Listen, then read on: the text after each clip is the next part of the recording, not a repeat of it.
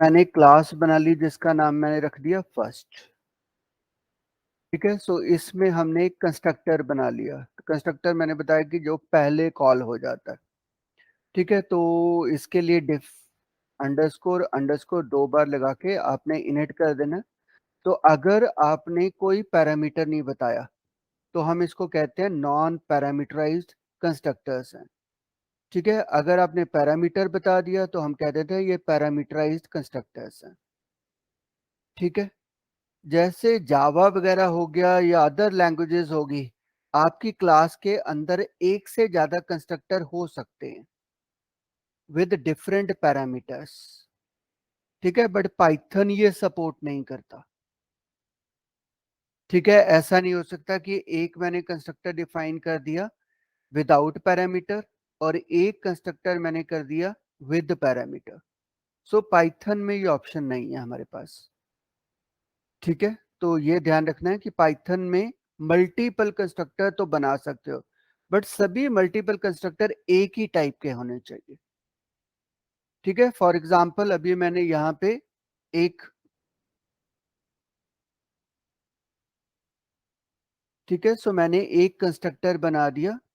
ठीक है, इसमें हमने क्या किया, एक वेरिएबल बनाया self dot A is equal to 10। मैंने डिफॉल्ट वैल्यू दे दिया उसका ए इज इक्वल टू 10। अब मैंने इसके अंदर एक मेथड बना दिया डिफ, ठीक है, माई प्रिंट। अब इसमें मैं उसको प्रिंट करना चाहता हूँ जो हमारे पास आई है वैल्यू, तो मैंने यहाँ पे एक प्रिंट कमांड दे दिया और लिख दिया सेल्फ डॉट ए। ठीक है, तो ये मेरे पास एक क्लास बन गई जिसके अंदर एक कंस्ट्रक्टर है और एक हमारे पास माई प्रिंट करके मेथड है। ठीक है, तो आमतौर पे प्रिंट मत रखा करो बिकॉज प्रिंट आपका already, so we can say display. तो अब इससे मैंने ऑब्जेक्ट बनाया। ठीक है, इक्वल्स टू जो आपकी क्लास का नाम है। अब इसमें तो कुछ पास करने की जरूरत नहीं है बिकॉज आपने यहाँ पे कोई पैरामीटर नहीं पास किया, तो एक ही आपका पैरामीटर है। ठीक है, नन पैरामीटर के साथ तो ऑटोमेटिकली ये कंस्ट्रक्टर कॉल होगा और इसमें सेल्फ डॉट ए वेरिएबल में 10 स्टोर हो जाएगा।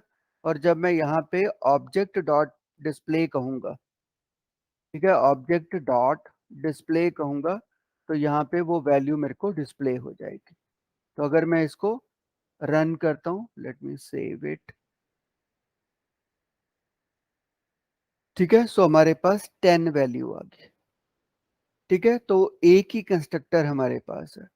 अब मैंने कहा कि बाकियों में हम क्या करते थे, बाकी लैंग्वेजेस में हम ऐसे डिफाइन कर देते थे। ठीक है, एक कंस्ट्रक्टर और बना सकते हैं।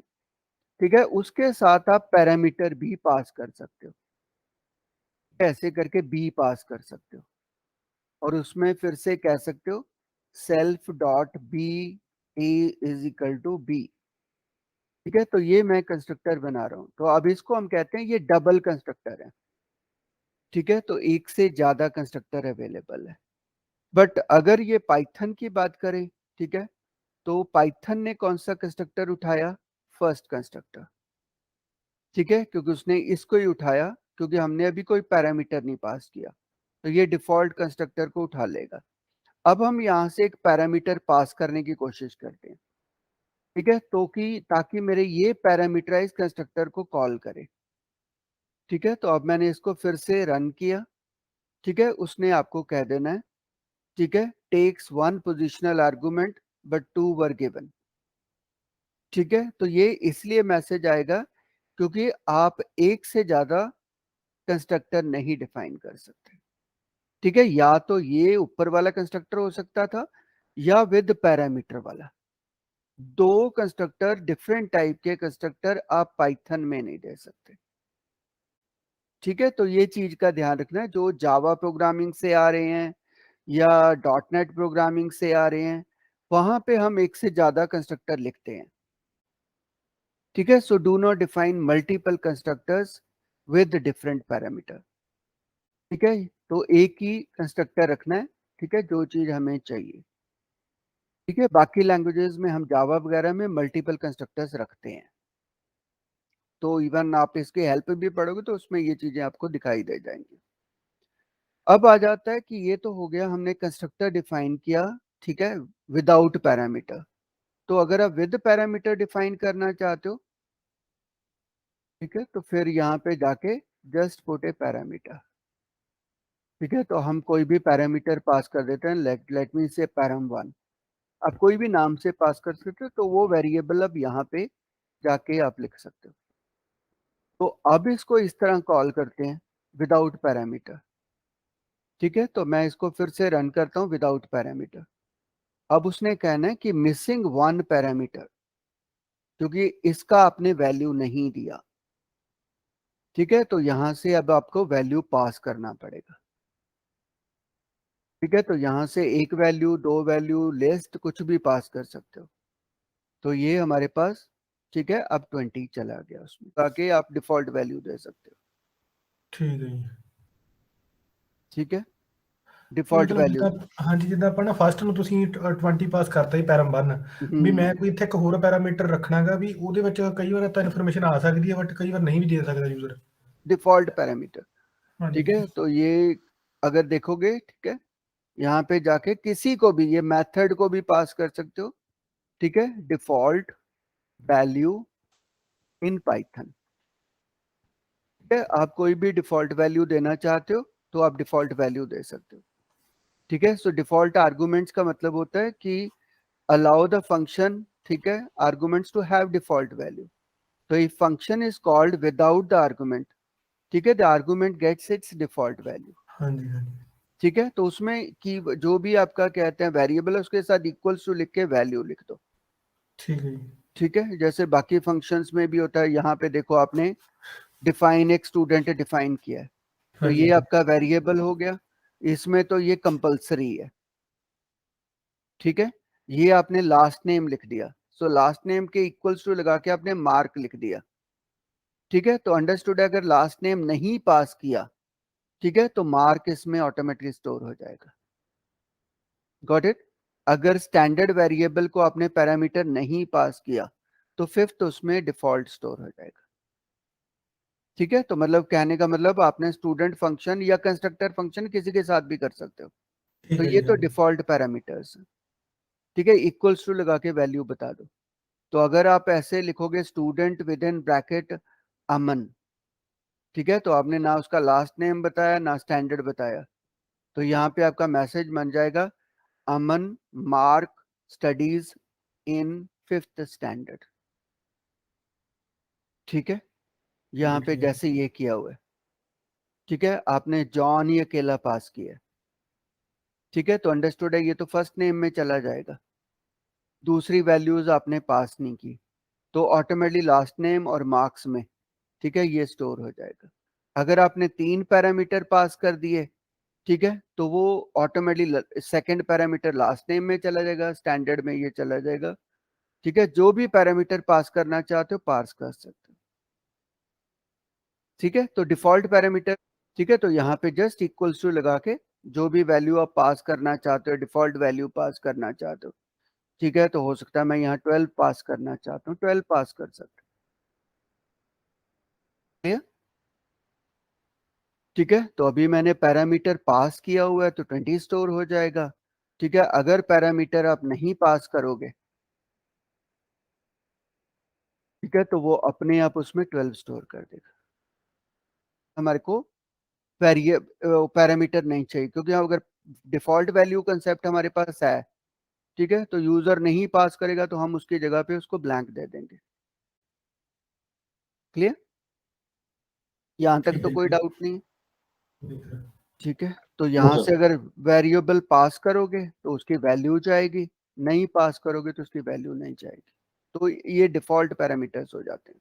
ये फंक्शन के साथ भी एप्लीकेबल है, कंस्ट्रक्टर्स के साथ भी एप्लीकेबल है, ठीक है। अब आगे कि मैंने एक कंस्ट्रक्टर बना लिया फर्स्ट क्लास में, ठीक है, लेट अस टेक, इसमें हमने एक पैरामीटर पास कर दिया, ठीक है। एक मैं अभी क्लास सब क्लास बनाना चाहता हूँ, तो मैंने क्लास सेकंड बना ली, ठीक है। उसमें भी मैंने इनिट एक मेथड बना दिया, ठीक है। इसको भी हमने पैरामीटर पास कर दिया। इसमें लेट अस टेक 2 पैरामीटर्स, ठीक है, हम एक ए पैरामीटर ले लेते हैं, एक बी पैरामीटर।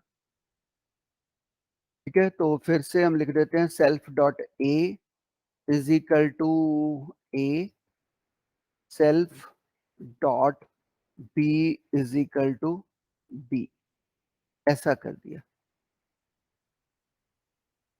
ठीक है, तो अब मेरे पास एक क्लास फर्स्ट है, एक क्लास सेकंड है, बट ये इनहेरिटेड क्लास नहीं है, ये दोनों अलग अलग हैं।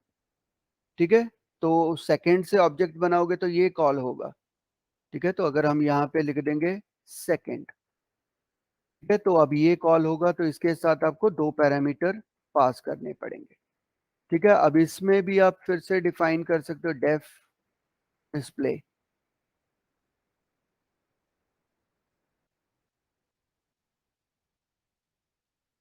सो इसमें मैंने क्या कर दिया, प्रिंट, मैंने ये लिख दिया ए इज इक्वल टू, ठीक है, कॉमा, या हाँ, A equals to this, B is equal to this, और फिर हमने डॉट फॉर्मेट लगा के, ठीक है, जो वैल्यू हमारे पास थी that is self dot a comma self dot b.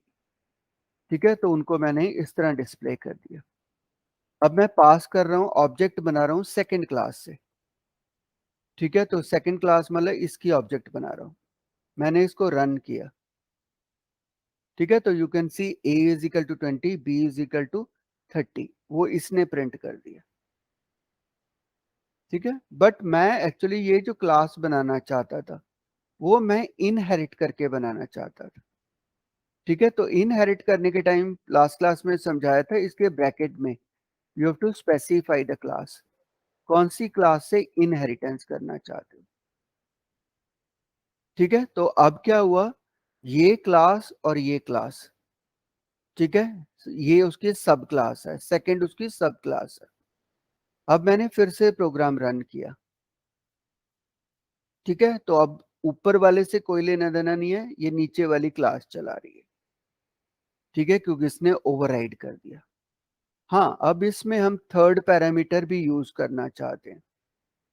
ठीक है, तो मैंने यहाँ पे कॉमा, ठीक है, ऊपर जो पैरामीटर यूज हो रहा था ये वाला ए, ठीक है, इसका नाम बदल देते हैं, let us call it as C, ठीक है, ताकि हमें कंफ्यूजन ना हो। ठीक है, तो एक सी पैरामीटर भी है जो कि बेस क्लास में है। ठीक है, तो मैंने यहाँ पे सी की वैल्यू को भी प्रिंट करना चाहता हूँ, मैंने यहाँ पे कॉमा लगाया, सेल्फ लिखा, डॉट सी, तो यू कैन सी दैट वो इनहेरिटेंस हो गया है। तो इसका मतलब जो वेरिएबल हमने इस क्लास में यूज कर रहे थे उसको हम इस क्लास में भी यूज कर सकते हैं। ठीक है, तो अभी अगर हमने इसको रन किया तो हमारे पास इस तरह आ जाएगा। ठीक है, बट उसने कहना है second object has no attribute as C. ठीक है, तो सी में कोई एट्रीब्यूट इस नाम से नहीं है, क्योंकि वो सेल्फ किसको कंसिडर कर रहा है, करंट वाले को। ठीक है, तो ऐसा कभी प्रिंट करने की हमें जरूरत नहीं पड़ती, जो वैल्यू यहाँ प्रिंट हो रही थी हम इसी को यूज कर सकते थे। ठीक है, क्योंकि ऑलरेडी यहाँ चीजें बनी हुई हैं, हम क्यों यहाँ पे बार बार उसको डिफाइन कर रहे हैं। ठीक है, so let me remove this self. पहली चीज तो मैं चाहता हूं कि जो ये पैरामीटर पास किए हैं मैंने, ठीक है, ए बी, इनमें से एक पैरामीटर इसको पास हो जाना चाहिए। ठीक है, मैं चाहता हूं ए पैरामीटर जो है वो सी में भी स्टोर हो जाना चाहिए और इसका कंस्ट्रक्टर भी कॉल होना चाहिए। सो अभी यहाँ पे मैं एक प्रिंट कमांड दे रहा हूँ टू शो यू दैट कौन सा कंस्ट्रक्टर कॉल हो रहा है। ठीक है, तो हमने यहाँ पे लिख लिया फर्स्ट क्लास कंस्ट्रक्टर। तो ये तो मैंने एक मैसेज डाला है कि फर्स्ट क्लास का कंस्ट्रक्टर कॉल हो रहा है या सेकंड क्लास का कंस्ट्रक्टर कॉल हो रहा है।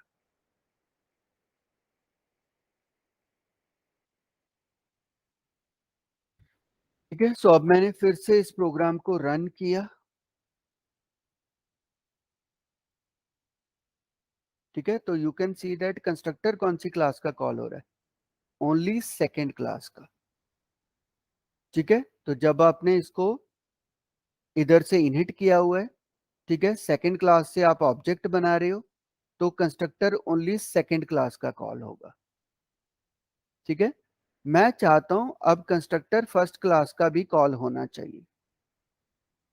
ठीक है, तो उसके लिए क्या करना है, कहीं पे भी, ठीक है, so let me right it here, super. ठीक है, you will be using super. ठीक है, तो सुपर हमारी कमांड है बेस क्लास की किसी भी चीज को कॉल करने के लिए। ठीक है, सो इस तरह कॉल करना है। ठीक है, सो सुपर में पहले करंट क्लास का नाम बताना है, फिर सेल्फ लिखना है, फिर डॉट इनिट इनिट लिख देना है। ठीक है, इसका मतलब है call the sub class, parent class के कंस्ट्रक्टर को कॉल करो। ठीक है, तो अब ये जो लाइन लिखी है इसका मतलब call parent class constructor.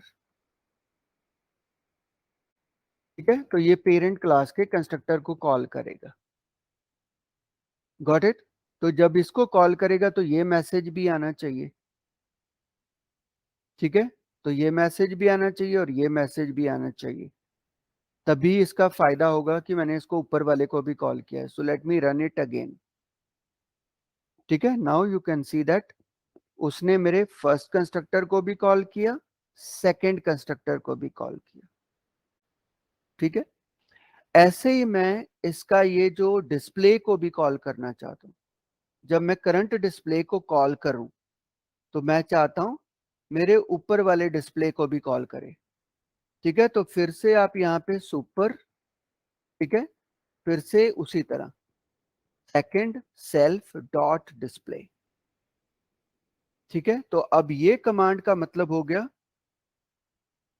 Call display method of parent class.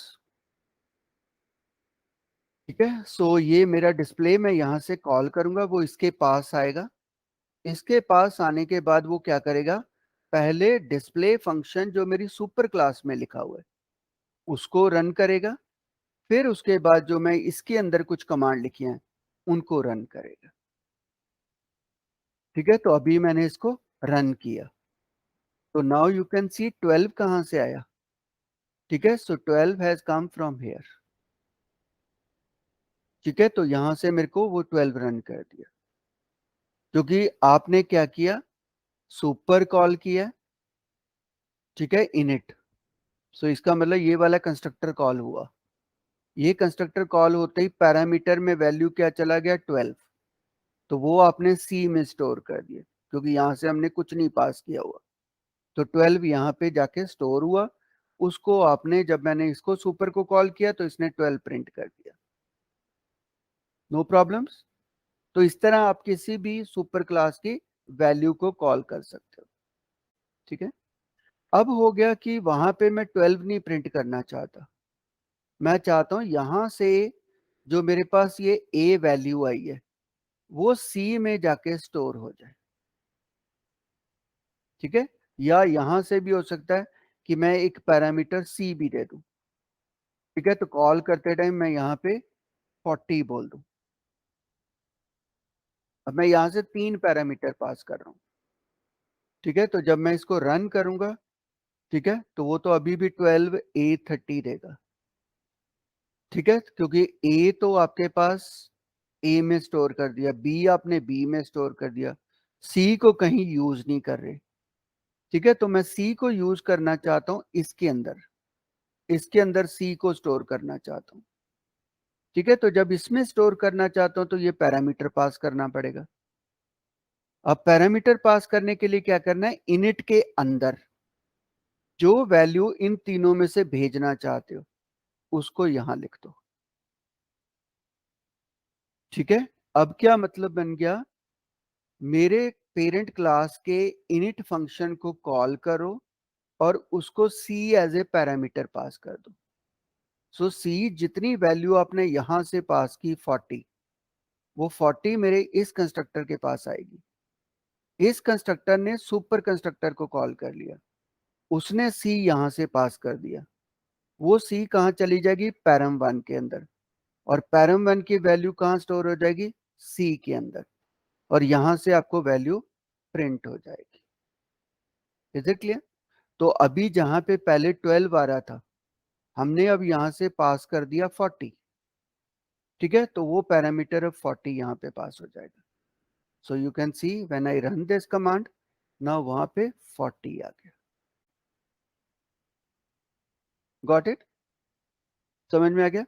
तो इस तरह आप बेस क्लास से कभी भी सुपर क्लास की वैल्यूज को कॉल कर सकते हो बाय यूजिंग सुपर कमांड। ठीक है, तो इसमें बस यही ध्यान रखना है, सुपर करंट क्लास का नाम, कॉमा सेल्फ, डॉट किसको कॉल करना है। ठीक है, कंस्ट्रक्टर को कॉल करना है, मेथड को कॉल करना है, आप ये कमांड से कॉल कर सकते हो। किसी को डाउट? No sir. ठीक है, सो अब हो सकता है कि मैंने दो वैल्यूज को ऐड करने का प्रोग्राम बनाना था, एक वैल्यू मैंने फर्स्ट में पास कर दी, एक वैल्यू मैंने सेकंड में पास कर दी। ठीक है, और मैंने एक मेथड, ठीक है, यहां पे बना दिया। चलो इसमें हम ऐसे कर लेते हैं, डेफ ऐड, ठीक है, और यहां पे लिख दिया रिटर्न, ठीक है, that is self dot c plus self dot d. ठीक है, मैंने कहा मैंने एक पैरामीटर और बना देता हूं यहाँ पे, self dot d is equal to param 2। ठीक है, यहाँ पे हम एक पैरामीटर और पास कर देते हैं, पैरम 2। ठीक है, अगर कोई नहीं पास करता तो 0 पास कर दो। ठीक है, तो ऐड फंक्शन हमने यहाँ यूज कर लिया। अब इसको मैं कॉल करना चाहता हूँ, तो मैंने यहाँ पे भी एक ऐड फंक्शन बना दिया, डेफ, उसका डायरेक्टली तो कॉल हो ही जाएगा। ठीक है, वो तो यहाँ से आप कभी भी ऐसे कॉल कर सकते हो, ऑब्जेक्ट डॉट, ठीक है, ऐड, ठीक है, तो इस तरह कॉल कर सकते हो। ठीक है, जैसे ही आपने इसको कॉल करोगे, ठीक है, तो हमारे को उसकी रिटर्न वैल्यू आएगी, उसको हम प्रिंट कर सकते हैं, तो we can say print answer is, तो क्योंकि वो रिटर्न कर रहा है तो मेरे को यहाँ पे उसकी वैल्यू प्रिंट हो जाएगी। ठीक है, सो अब क्या कर रहे हैं हम, यहाँ से 20 30 40 पास कर रहे हैं। ठीक है, यहाँ पे 20 30 40 आ जाएगा, तो 40 हमने सी को पास कर दिया, तो यहाँ पे पैरम 1 में 40 आ जाएगा, पैरम 2 में 0 आ जाएगा, और उसको आपने ऐड कर दिया, तो 40 प्लस 0। ठीक है, तो ये आंसर आना चाहिए। तो अभी हमने रन किया तो हमारे पास आंसर क्या आ गया, 40। ठीक है, अब मैं इसके बाद ये करना चाहता था, ठीक है, कि 20 प्लस 30 इनको ऐड कर दे। ठीक है, तो यहाँ पे आप पैरामीटर बदल देते, आप कहते ए कॉमा बी को पास कर दो। ठीक है, तो इसमें मेरे पास 3 पैरामीटर्स थे, ऊपर वाले में 2 ही पैरामीटर है, तो मैंने ए कॉमा बी पास कर दिया, तो ए ऑटोमेटिकली पैरम 1 के पास चला जाएगा, बी पैरम 2 के पास चला जाएगा। ठीक है, और ऐड करते टाइम जो वैल्यू आपकी ए एंड बी में पड़ी है 20 एंड 30, उनको ऐड कर देगा। तो इस तरह आप पैरामीटर पास कर सकते हो। ठीक है, तो आपके पास आंसर 50 आ जाएगा। ठीक है, सो फिर मैंने एक क्लास बनाई। ठीक है,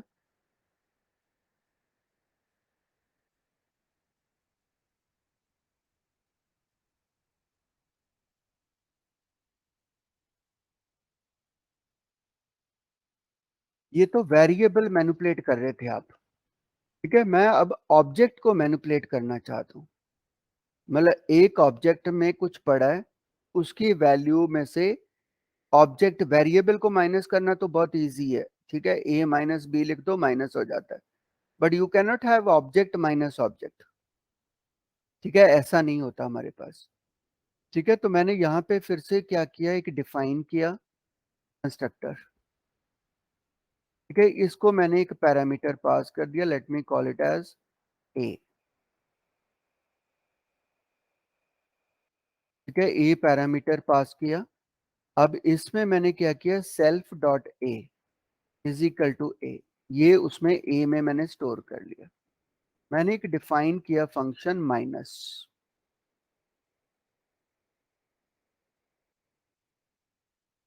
ठीक है, अब यहां पे, ठीक है, मैं माइनस करना चाहता हूं।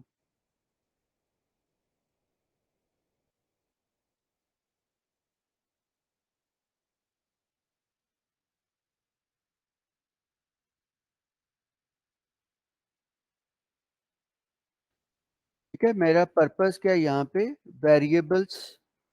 ठीक है, वांट टू। ठीक है, so want to minus variables of two objects. मेरे को इसका नहीं, ये क्लास के वेरिएबल्स को माइनस नहीं करना।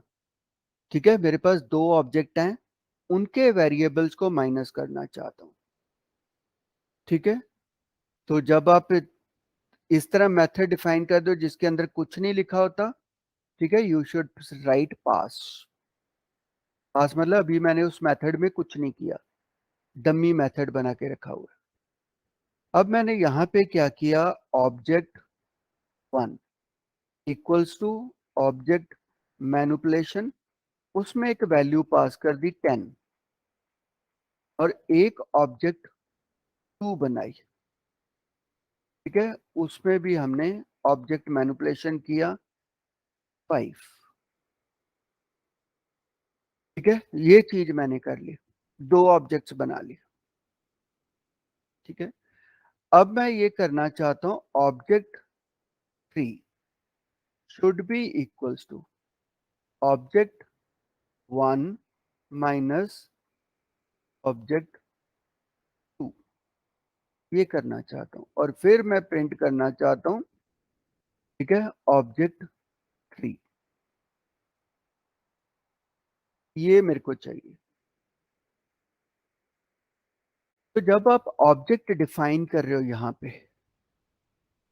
ठीक है, 10, सो 10 वेरिएबल कहां चला जाएगा, इसके ऑब्जेक्ट के वेरिएबल के अंदर, तो मतलब है ऑब्जेक्ट 1। है, इसके अंदर एक वेरिएबल है ए, उसमें आपने स्टोर कर दिया 10। ठीक है, तो ये पहली कमांड का मतलब है, जब आपने ये बनाया ऑब्जेक्ट, क्योंकि उसके अंदर ये वेरिएबल है ए। ठीक है, फिर आपने एक ऑब्जेक्ट और बनाई। ठीक है, तो ये ऑब्जेक्ट बन गई 2, और इसके अंदर फिर से आपने एक वेरिएबल बना लिया ए। ठीक है, उसमें आपने फिर एक पैरामीटर पास कर दिया 5, तो वो 5 इधर पड़ा। ठीक है, और आप कह रहे हो अब ऑब्जेक्ट 1 में से ऑब्जेक्ट 2 को माइनस कर दो। सो रियलिटी में आप क्या माइनस करना चाहते हो, ये ए में जो वैल्यू पड़ी है उसको ए में से माइनस कर दो। ठीक है, तो ये डायरेक्टली माइनस नहीं हो सकता। ठीक है, तो अगर मैं यहाँ पे कुछ भी यूज करूं, माइनस भी यूज करने की कोशिश करूं, तो ये मेरे को माइनस नहीं करने देगा। ठीक है, और मेरे को एरर दे देगा कि ऐसा नहीं हो सकता, कि ऑब्जेक्ट विद ऑब्जेक्ट माइनस नहीं हो सकती। ठीक है, तो आप वेरिएबल माइनस वेरिएबल कर सकते थे। आप ये तो कह सकते थे ऑब्जेक्ट डॉट ए, ठीक है, डॉट ए, ऐसा तो कर सकते थे। ठीक है, उसको कहते ऑब्जेक्ट 3 के ए में स्टोर करो। ठीक है, और फिर प्रिंट कर दो ऑब्जेक्ट ए। ठीक है, बट ऐसा वो स्टोर करने नहीं देगा आपको। ठीक है, वो कहेगा यहाँ पे तो रेफरेंस टाइप डाटा है। रेफरेंस का एक प्रिमिटिव डाटा होता है, बेसिक डाटा होता है, और एक आपके पास रेफरेंस डाटा होता है। रेफरेंस मीन्स इनक्लोज्ड आइटम है, उसके अंदर बहुत कुछ है। रन किया तो मेरे पास आंसर 5 आ गया। तो इस तरह आप उसके वेरिएबल टू वेरिएबल तो माइनस कर सकते हो, but object with object minus नहीं हो सकती। ठीक है, तो अब इसको कैसे अचीव करते हैं हम, कि मैं इसमें ये नहीं लिखना चाहता, मेरे को क्या पता उसके अंदर किस नाम से वेरिएबल है। ठीक है, अभी तो मैं खुद प्रोग्रामर हूं इसलिए मेरे को पता, मेरे को पता है बस दो ऑब्जेक्ट्स हैं उनको माइनस करना है, इतना पता है। ठीक है, तो ये नहीं करने देगा। तो यहां पे जाके डायरेक्टली यू कैन यूज, ठीक है, जो हमने सब ऐड वो इसके लिए बने हुए हैं, हम उनको कहते हैं वो फंक्शन ऑपरेटर ओवरलोडिंग है। वो माइनस को एज ए ऑपरेटर समझ लेते हैं और वो पर्टिकुलर फंक्शन को कॉल कर देते हैं। ठीक है, तो यहां पे जाके मैंने क्या किया, इसको हटा दिया, इसकी जगह पे मैंने सब को यूज कर लिया। ठीक है, अब ये सब मेथड कब कॉल होता है, जब कहीं भी दो ऑब्जेक्ट के बीच में आप माइनस लगाते हो, दो वेरिएबल के बीच में माइनस लगाते हो, तब नहीं ये कॉल होता। ये कॉल होता है जब दो ऑब्जेक्ट हो। ठीक है, इसको समझ में आ जाता है कि इधर भी ऑब्जेक्ट है इधर भी ऑब्जेक्ट है, उसके साथ आपने माइनस लगा दिया तो ये ऑटोमेटिकली इसको कॉल कर देगा। गॉट इट, समझ में आ गया यहां तक। अब इसमें सेकंड चीज इसको समझ में आ जाती है कि जो आपने लेफ्ट हैंड साइड में पहली वैल्यू लिखी है ऑब्जेक्ट वन, वो बन जाती है मेरी सेल्फ। ठीक है, ऑब्जेक्ट वन आ जाएगी मेरे पास सेल्फ के अंदर, और जो मैंने माइनस के बाद चीज लिखी हुई है ऑब्जेक्ट टू, वो चली जाएगी अदर्स में। ठीक है, तो ये ऑब्जेक्ट कहां चली गई जाएगी, सेल्फ में, और ये ऑब्जेक्ट चली जाएगी अदर के अंदर। ठीक है, तो अब हम यहां पे क्या कर सकते हैं, हम सीधा ही लिख सकते हैं रिटर्न सेल्फ डॉट ए। तो सेल्फ डॉट ए कौन हुआ, ऑब्जेक्ट वन। ठीक है, जो भी आप करना चाहते हो यहाँ पे माइनस प्लस आपकी मर्जी है, self dot sorry others dot, ठीक है, तो अदर डॉट ए लगा दिया मैंने, ऐसा लिख दिया, मैंने कहा सेल्फ। ठीक है, अब इसको रन करके देखते हैं, तो उसने देखो मेरे को माइनस करके क्या दे दिया, 5। ठीक, आपने माइनस किया है, मैंने अंदर क्या कर दिया, ठीक है, प्लस प्लस हो लगा दिए। गया। तो वो आप ऑब्जेक्ट माइनस ऑब्जेक्ट कर रहे हो, बट आंसर मेरा क्या आ रहा है, 15। तो अंदर कुछ भी कर सकते हो, इस सिंबल को ओवरलोड किया हुआ है हमने। ठीक है, तो ये जो सिंबल्स है हमारे पास, ठीक है, वो सारे ही अवेलेबल है। तो डेफ के साथ, ठीक है, इफ यू से MUL, ठीक है, तो जब आप एक ऑब्जेक्ट को दूसरी ऑब्जेक्ट से मल्टीप्लाई करोगे, ठीक है, तो you can write self dot a multiplied by self dot b और सेल्फ डॉट ए। ठीक है, तो जब आप इसको फिर से कॉपी तो कर लो, अदर्स डॉट ए है जी, वो return self dot A others dot A जैसे आपने पहले किया था, हाँ हाँ वैसे ही वैसे लिखा लिखना, वैसे वैसे ही, क्योंकि एक लेफ्ट ऑब्जेक्ट है एक राइट ऑब्जेक्ट है। ठीक है, तो जैसे ही आप ये मल्टीप्लाई सिंबल लगाओगे, उसको इमीडिएटली समझ में आ जाता है कि इसको कॉल करना है, और उसके अंदर हमने क्या कर दिया, ऑब्जेक्ट वन का जो डाटा पड़ा था और ऑब्जेक्ट टू का डाटा पड़ा था, उनको मल्टीप्लाई कर दिया। ठीक है, तो 50 आ गया। तो बाहर यूजर को क्या लग रहा है, वो simple object to object use कर लेता है। ठीक है, बट इंटरनली हमने उसको कोडिंग लिख देते हैं। ठीक है, तो उसको अंदर मेरे प्रोग्राम के अंदर वरी करने की जरूरत नहीं पड़ती कि उसमें से क्या घटाना है। उसको पता है ये 10 है ये 5 है, तो 10 में से 5 घटाना है, तो ये सीधा ही लिख देता है वो। ठीक है, तो वो यहाँ पे मैंने ऑब्जेक्ट लिखा, वो इसकी जगह पे क्या लिख देगा, he will write num1 num2 ऐसे लिख लेगा। ठीक है, वो कहेगा num1 में से num2 को माइनस कर दो।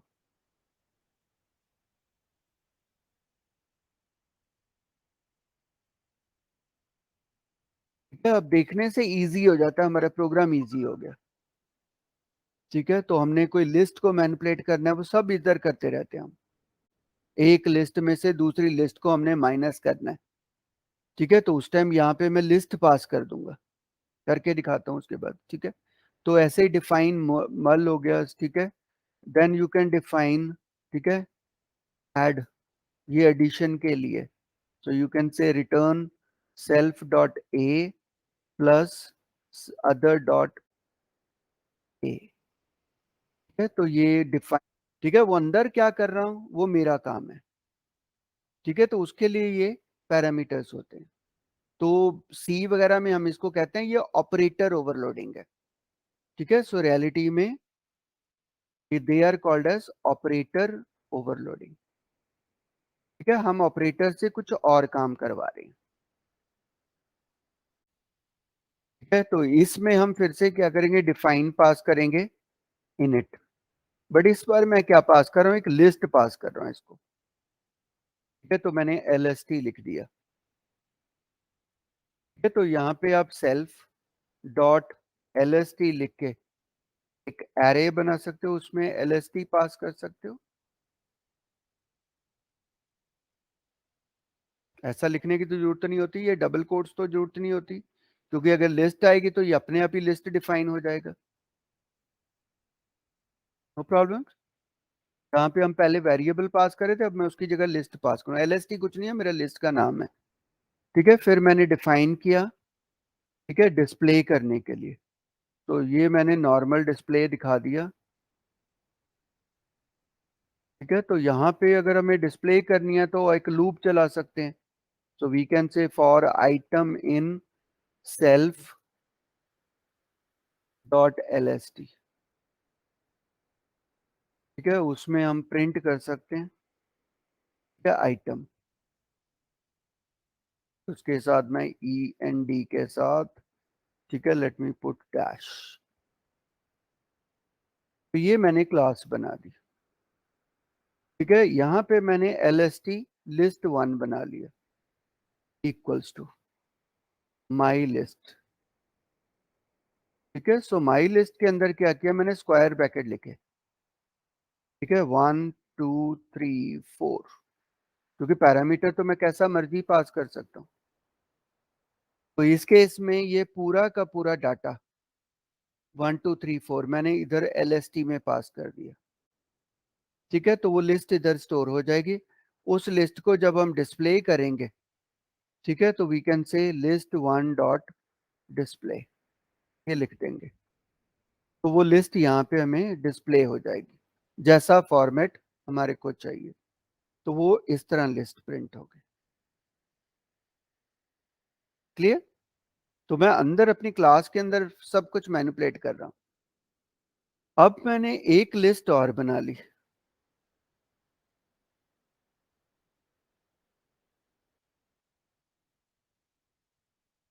ठीक है। उसमें मैंने 1 9 8 डाल दिया, ठीक है। तो ये आपके पास एक लिस्ट और आ गई, जिसको हमने list2 कह दिया, ठीक है। तो जब आप इसको रन करोगे तो आपके पास दो लिस्टें प्रिंट हो जाएंगी, एक ये प्रिंट होगी, एक ये प्रिंट होगी, ठीक है। वो तो आगे आप प्रिंट एफ लगा लोगे, यहाँ पे एक प्रिंट दे दो बीच में, इसमें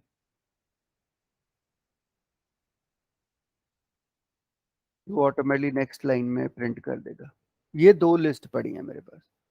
अब मैं चाहता हूँ इस दोनों लिस्टों में से माइनस हो जाए, या जो भी आप मैनिपुलेट करना चाहते हो, ठीक है। तो मैंने यहाँ पे प्रिंट लिखा, ठीक है, और मैंने लिख दिया list1 माइनस list2, ठीक है। मल्टीप्लाई भी कर सकते हैं, एक लिस्ट को दूसरी लिस्ट से हम मल्टीप्लाई भी कर सकते हैं, ठीक है। सो list1 माइनस list2। अब इसके लिए आप क्या कर सकते हो, इंटरनली डेफ बना लो, ठीक है। सो डेफ बना के आप क्योंकि माइनस को हैंडल कर रहे हो तो सब, ठीक है। तो माइनस करने का लॉजिक हमारे पास तो बाहर भी पड़ा है, बट हम चाहते हैं कि एक एक चीज को चेक करें, ठीक है। अगर तो दूसरी लिस्ट में पड़ा है तब तो अपेंड नहीं होना चाहिए, अदरवाइज अपेंड हो जाना चाहिए। मतलब 1 इसमें भी पड़ा है, 1 इसमें भी पड़ा है, ठीक है, तो 1 एंड 1 कैंसिल हो जाना चाहिए, ठीक है। 2 इसमें है तो 2 इसमें नहीं है, तो 2 रह जाना चाहिए, ठीक है। 3 इसमें है, 3 इसमें भी है, तो 3 एंड 3 कैंसिल हो जाना चाहिए। 4 है, 4 दूसरी लिस्ट में नहीं है, तो 4 रह जाना, मतलब आंसर मेरे पास रहना चाहिए 2 एंड 4, ठीक है। तो ये मेरे पास आंसर आना चाहिए। तो अब आपको पता है कि हम यहाँ पे कोई ब्लैंक लिस्ट बना लेते हैं, ठीक है। So I call it as temp, ठीक है। ऐसे तो हमारे पास रेडीमेड फंक्शंस भी है, बट अपना लॉजिक लगाना चाहता हूँ मैं। तो यहाँ पे मैंने कह दिया फॉर आइटम इन, कहाँ से उठानी है, self dot L S T, ठीक है, self dot L S T से उठाना है, ठीक है। और चेक किस में करना है, दूसरी लिस्ट में, ठीक है, दूसरी लिस्ट में जाके चेक करना है। तो if item not in other dot L S T, ऐसे लिखोगे आप, ठीक है। तो क्या करो, टेम्प के अंदर अपेंड कर दो, किसको कर दो, सेल्फ डॉट लिस्ट को। सिंपल लॉजिक लगा रहा हूं, कुछ नहीं कर रहा, फिर मैं कह रहा हूं रिटर्न टेम्प, ऐसा कर देता हूं। समझ तो आ गया क्या किया मैंने, हाँ जी, हाँ जी, हाँ जी। सिंपल लिस्ट, सिंपल लिस्ट ली है, एक लिस्ट, मतलब जो लिस्ट 1 है, ठीक है, लिस्ट 1 वो सेल्फ है आपकी, उसको मैं चेक कर रहा हूँ लिस्ट 2 में, ठीक है। अगर वो नहीं है, ठीक है, तब तो अपेंड कर दो, अगर है तो उसको छोड़ दो। सो अभी इसको रन करके दोबारा देख लेते हैं, ठीक है। तो यू कैन सी हमारे पास आउटपुट क्या आया, 1 2 3 4, 1 2 3 4, ठीक है। उसने तो देखो क्या कर दिया, हमारी एक टोटल लिस्ट के अंदर 1 2 3 4 1 2 3 4 पे देखो अपेंड क्या कर रहे हैं, हाँ जी, पूरी लिस्ट ही कर रहे हैं जी। हम तो पूरी लिस्ट थोड़ी करना है। तो दो चीजें उसको मिली, उसको एक्चुअली 2 नहीं मिला, 4 नहीं मिला, तो 2 एंड 4 के टाइम पे हमने कहा पूरी की पूरी लिस्ट को अपेंड कर दो, तो इसमें पूरी लिस्ट थोड़ी अपेंड करनी है, आइटम ही करनी है,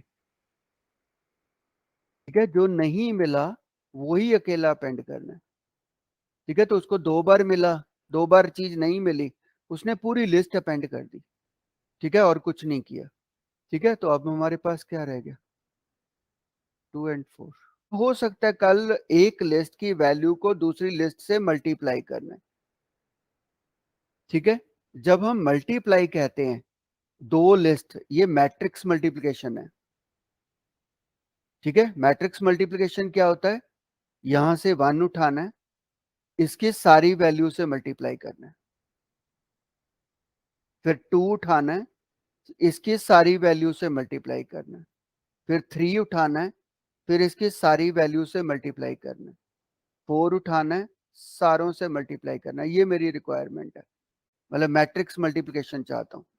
तो फिर मैं क्या करूंगा, एक डिफ अंडर स्कोर, ठीक है, एक MUL बना दूंगा, ठीक है। इसमें मैं एक वेरिएबल ले लूंगा, ठीक है, प्रोडक्ट, तो पहले प्रोडक्ट में 1 स्टोर कर दूंगा। अब मैं फॉर क्या करूंगा, आई यूज फॉर आई, ठीक है, इन, हाँ in, that is you will use self dot L S T, बाहर वाली लिस्ट लोगे, फिर एक for J in self dot L S T, फिर अंदर वाली एक लोगे, फिर आंसर आएगा ना, क्योंकि पहले तो इसकी प्रोडक्ट निकालनी है, जो इसकी प्रोडक्ट आएगी उसको सारों के साथ मल्टीप्लाई करो ना। समझ में आ गया, जी सर, ओके। अभी फिर कैसे चेक करना, अगली चीज कैसे चेक करना, फिर 2 लगा के देखो, है ना, तो अब सही आएगी। ठीक है, सो इसमें हम ऑपरेटर ओवरलोडिंग वाला ही कोड उठा लाते हैं।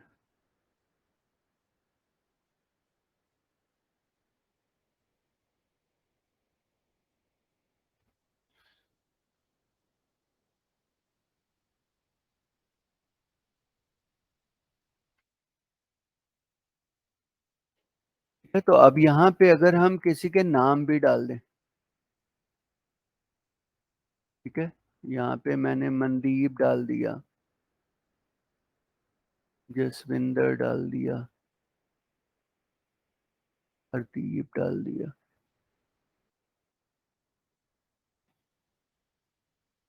दूसरी लिस्ट में हमने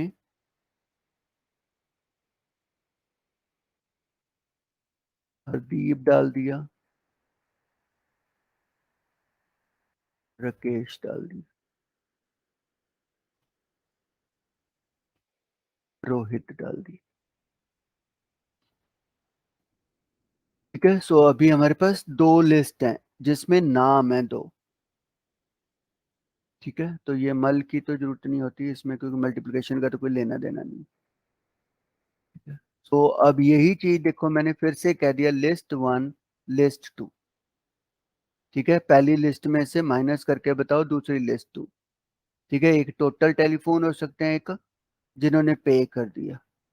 ठीक है, तो अब इसको भी रन करोगे तो आपके पास क्या आ गया, ओनली मनदीप एंड जसविंदर। ठीक है, अब यूजर को वो रिक्वायरमेंट नहीं है। ठीक है, तो यूजर उल्टा भी करके देखना चाहता है, प्रिंट लिस्ट 2 माइनस लिस्ट 1। ठीक है, तो फिर इसको रन करेगा तो राकेश एंड रोहित। समझ में आ गया? तो इसके लिए हम उसको ऑपरेटर को ओवरलोड कर देते हैं। ठीक है, तो इस तरह आपके पास बहुत सारे हैं, डॉक है।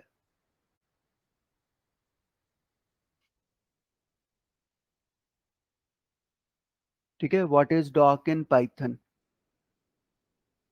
ठीक है, तो यहां लिखा है that provides a documentation of the object. क्या किया, ऐसे लिख दिया। ठीक है, this class is designed to show to for example, ये लिख दिया मैंने। ठीक है, अब बंदा क्या करेगा, ठीक है, यहाँ पे आके, ठीक है, जो भी मेरी क्लास है, ठीक है, so my list dot underscore underscore doc. ठीक है, ये लिख देगा। मैंने यहाँ पे प्रिंट कह दिया, प्रिंट डॉक, फिर से इसको रन कर दिया। ठीक है, तो यू कैन सी दैट मेरे पास वो क्या आ गया, this class is design to show how the list. ठीक है, तो यूजर को एक्सप्लेन करने के लिए हर टाइम क्लास के अंदर कमेंट्स लिख दो। ठीक है, सो दैट अगर वो मेरी क्लास यूज करना चाहता है, ठीक है, तो वो क्लास का डॉक रीड कर ले और उसके अकॉर्डिंगली वो क्लास को यूज कर ले। समझ में आ गया डॉक किस लिए यूज होता है? ठीक है, नहीं तो आपकी क्लास बनाई है, दूसरे बंदे को कैसे समझ में आएगा कि ये क्लास कैसे यूज करनी है? ठीक है, तो उसके लिए डॉक्यूमेंटेशन लिख दो, उसके अंदर क्लास के अंदर डॉक्यूमेंटेशन लिख दो एंड उसको डॉक बता दो। यहाँ पे अगर आप प्रिंट लगा के, ठीक है, अंडरस्कोर अंडरस्कोर, ठीक है, ये मेरे नेम नॉट मेन, ये इस कमांड से उसको रन करके देखो।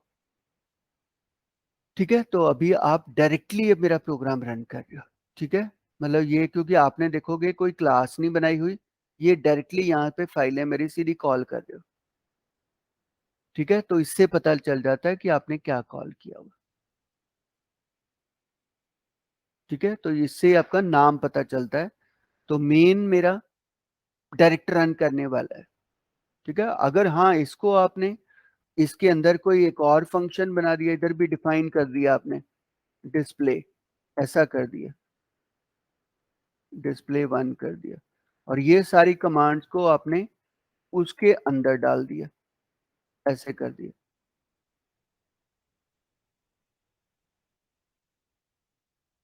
सो अभी आपका मेन नहीं है ये, ठीक है। अब उसने चलना नहीं है तो मेन क्लास में कुछ नहीं है, ठीक है, तो अकेला मेन फंक्शन आ जाता है। तो ये मेन के टाइम पे आप कह सकते हो कि अगर नेम मेन हो तो किसको कॉल करना है। तो मेरे एग्जांपल में आई कैन से, आमतौर पे हम ऐसे लिख देते हैं इफ, ठीक है, underscore underscore name underscore underscore, अगर इक्वल्स टू, ठीक है, हमारे पास यहाँ पे अंडरस्कोर अंडरस्कोर मेन आ जाए, ठीक है, अगर ये फंक्शन हो, ठीक है, तो किसको कॉल करना है, ठीक है, तो उस टाइम मैं डिस्प्ले वन को कॉल करना चाहता हूँ, तो मैं यहाँ पे कह दूंगा डिस्प्ले वन को कॉल कर दो। तो आमतौर पे पाइथन में हम ऐसे लिखते हैं, ठीक है, कि डायरेक्टली कौन से फंक्शन को कॉल करना है, ठीक है। तो अब वो क्या करेगा, मेरे को यहाँ से देखो जैसे ही उसको मेन मिला उसने मेरे डिस्प्ले वन को कॉल कर दिया। फॉर एग्जाम्पल, ठीक है, मैंने यहाँ पे लिख दिया प्रिंट, ठीक है, आपकी कोई ऑब्जेक्ट ले लेता हूँ, that is let us make one object here, test is equal to my list, इसमें हम ABC पास कर देते हैं। अब यहाँ पे जाके मैं कह सकता हूँ टेस्ट डॉट, ठीक है, अंडरस्कोर अंडरस्कोर, ठीक है, then I will say class underscore underscore, ठीक है, ये टेस्ट क्लास की क्लास बताओ, ठीक है। तो वहां पे जाके दिखा देगा कि जो क्लास है टेस्ट की उसकी क्लास का नाम है माई लिस्ट, ठीक है, तो ये वो बताने के लिए कि कौन सी क्लास से आपने ये टेस्ट क्लास बनाई है, ठीक है, तो वो बता देता है क्लासेस की मेन के अंदर एक माई फर्स्ट क्लास पड़ी है, ठीक है, उसके लिए। तो ये जस्ट एक पैरामीटर्स हैं